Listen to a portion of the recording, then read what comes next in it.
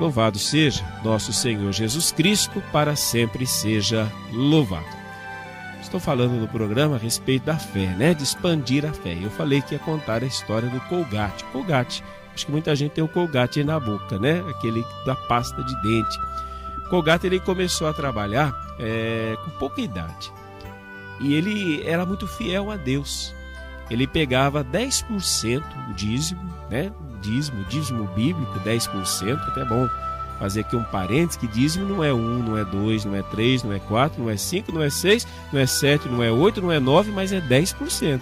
A pessoa pode ser generosa a partir desse cálculo, né? São Paulo diz, cada um dê o que dê com alegria, sem constrangimento, né? Mas ela nunca deve ficar aquém daquilo que é o mandamento do Senhor na palavra de Deus, né?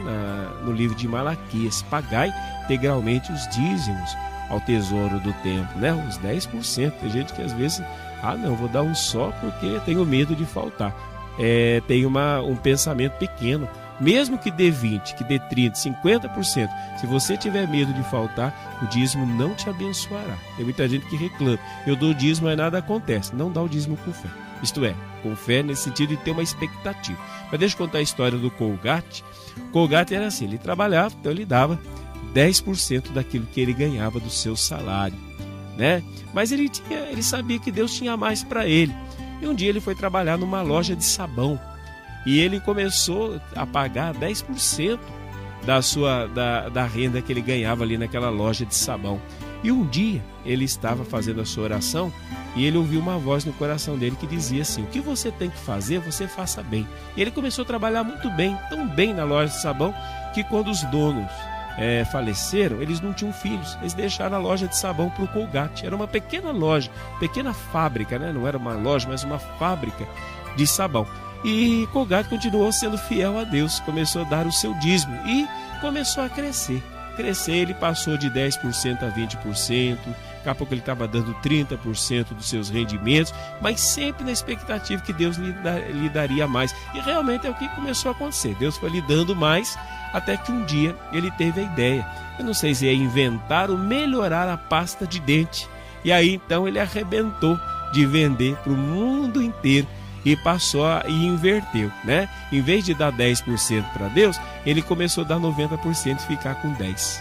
E os 10% que ele ficou era uma fortuna tão grande que permitiu ele expandir as suas indústrias pelo mundo inteiro e chegou até nós. Ele expandiu, veja, através do dízimo, né? O dízimo é um instrumento maravilhoso para expandir, né, principalmente na área financeira. Uma vez eu falei na igreja, tem até gravado lá, né, um DVD gravado a respeito disso, sobre a cura para a vida financeira, que passa pelo dízimo. Não o dízimo por causa do dinheiro que eu dou, mas a fé que eu exerço ao dar o meu dízimo. Eu dou o dízimo acreditando que Deus tem coisas grandes para mim, que nada me faltará e que Deus tem muito mais. Creio na promessa. É o Senhor que diz assim: faz a experiência e veja se não abre os reservatórios do céu. Então faça a experiência da fé, em todos os sentidos, do dízimo também. O dia que o povo católico descobriu o valor, o poder do dízimo, pode ter certeza que na área financeira e na área espiritual, acima de tudo, vai ser um povo muito abençoado, muito abençoado. Deus abençoa aqueles que são fiéis aos seus mandamentos e à sua palavra. Que Deus então te abençoe, te guarde e te proteja. Amém.